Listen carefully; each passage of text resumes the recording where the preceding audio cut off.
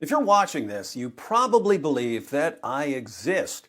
But if, for some reason, you didn't want to believe that I exist, you could explain away all evidence of my existence. Perhaps I'm a hologram or a CGI. Perhaps you're dreaming. Perhaps powerful mind-manipulating aliens are tricking you into thinking that I exist. Human beings are amazingly adept at explaining away evidence for things they don't want to believe in. That's why we have Holocaust deniers, moon landing conspiracy theorists, flat earthers, and of course, atheists. If you fall into one of those camps, please feel free to cry me a river in the comments section. Religion is an emotionally charged topic for many people, and when it comes to religion, no one is as emotional as the people who are often described as the new atheists. Since emotion can cloud our judgment, it's become increasingly common to find these atheistic lumps of outrage trolling social media platforms, claiming that Jesus never existed. Now, it's one thing to be skeptical of Jesus' virgin birth or his resurrection from the dead, but to be skeptical of his existence?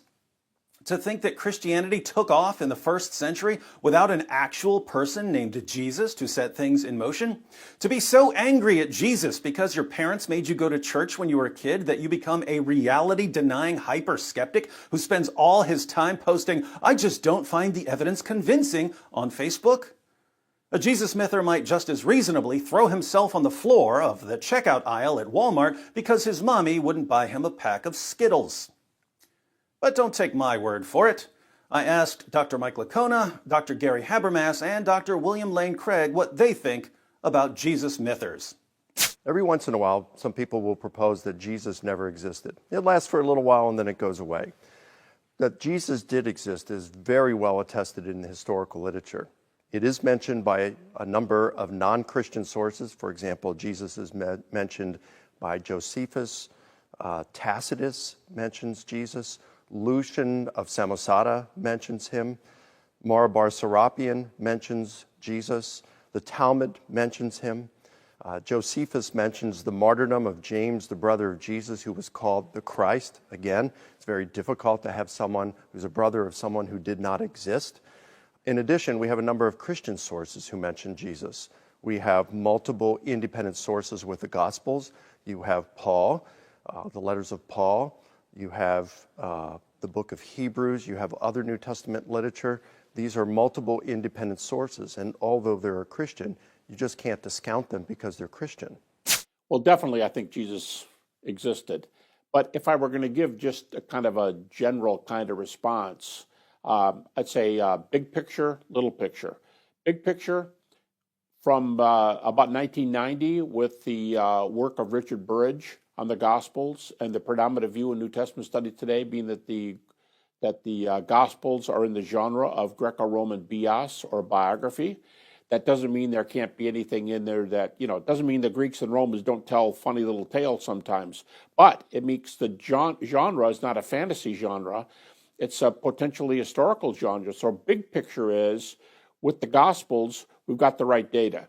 Specific picture, you're going to have to zero in on the small cases, the so-called red letter words, and some of the key events in Jesus' life. You're going to have to zero in on them and say, all right, did this healing take place? Why? Did this exorcism take place? Why? Did he die on the cross? Why? Was he buried? Where and why? Was he raised from the dead? Who saw him? And what happened to the early church after the resurrection? All those are specific questions for which we have specific data. So I'd say big picture, right genre. Little picture, yeah, we're able to go in there with tweezers and pick out those individual events. I would say those who think that Jesus of Nazareth never existed are well over 100 years out of date. Like Bart Ehrman says famously, he says, if Jesus was crucified, he existed. And since we know he was crucified, he obviously existed, and all those who say he didn't exist are just wrong. Historians today regard the existence of Jesus as a done deal. It's indisputable.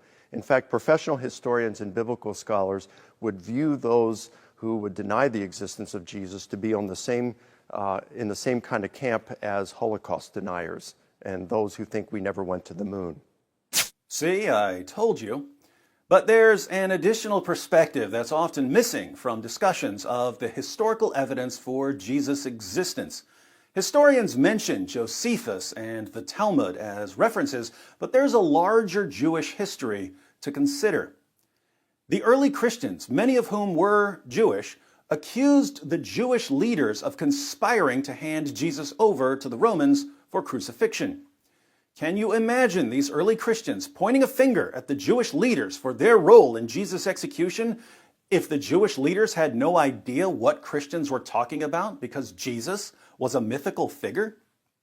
Wouldn't we expect the classic Jewish response to Christianity to be something like, "What are you Christians talking about? We've never heard of this Jesus." And yet, that's just never been the Jewish response. Here's Dr. Michael Brown on the Jewish perspective.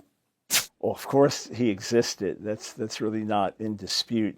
What's interesting is you have ancient Jewish traditions recorded in the Talmud and what's called Midrashic literature, and they mention someone called Yeshu, and he's mentioned sometimes in a generation or two before when Jesus lived, or a generation or two after, and then the memories seem to be vague. So there's dispute about whether the authors of the Talmud actually knew of this Jesus. Did they put him in the wrong place? Is this referring to someone else? But as you go further on in Jewish history, when you get to Moses Maimonides in the 12th century, he just plainly talks about Jesus being given over to be killed and so on, and why Jews don't follow him. So through Jewish history, there's never really been dispute about his existence. And what's interesting also in the early Jewish literature, for example, 2nd, 3rd century, what's called the Tosefta, you have references to these Jewish sectarians who pray for you in Yeshua's name. And they're saying it's better to die than to have them pray for you, because they were known for having a gift of healing. So the movement is there. There's no denial of it. It's an extreme skeptic only that questions whether he actually existed. But maybe Dr. Mike Licona and Dr. Gary Habermas and Dr. William Lane Craig and Dr. Michael Brown are all biased in favor of Jesus' existence because they're Christians. Maybe they're incapable of being balanced and neutral, unlike the impartial and open-minded internet atheists who spend all their time moaning and wailing about religion on Twitter. Well, let's see what Dr. Bart Ehrman says when a Jesus myther tries to educate him.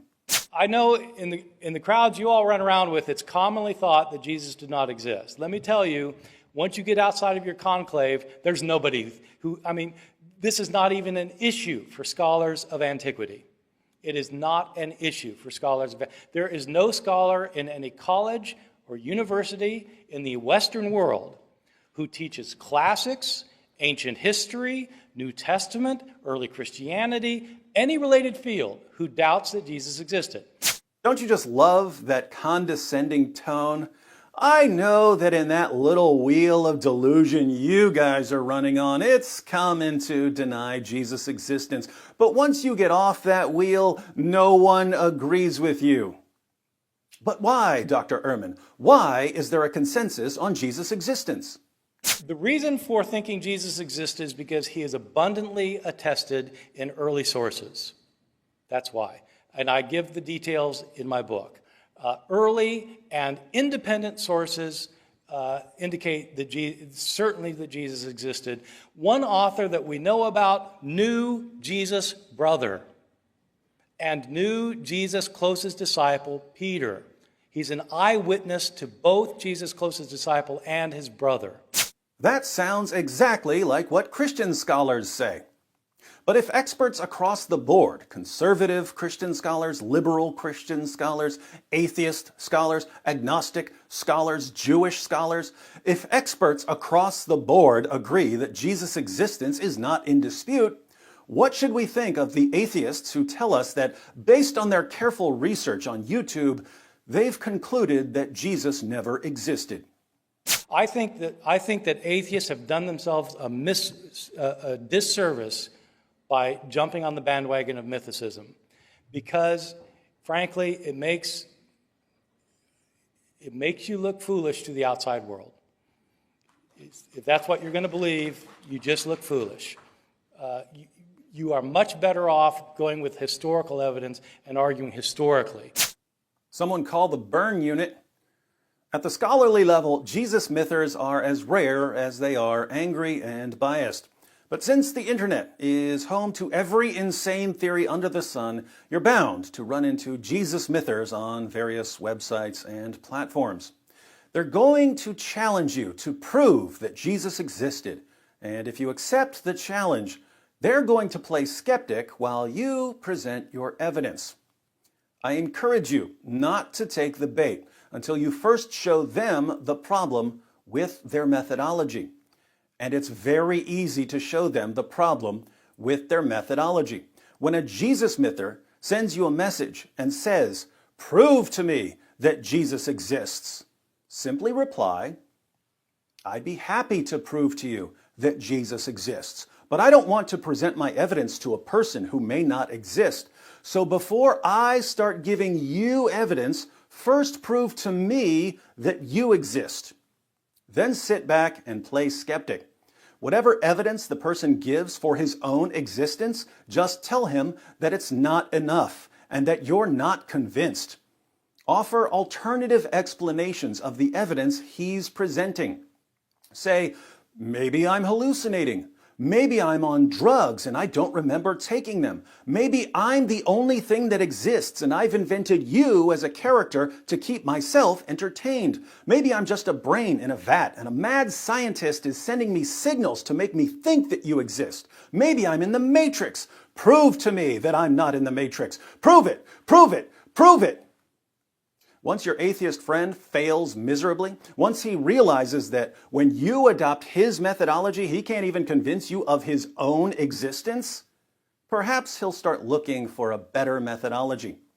And once he adopts a better methodology, you'll have no problem convincing him that Jesus existed, because only a complete fool would reject the existence of Jesus of Nazareth.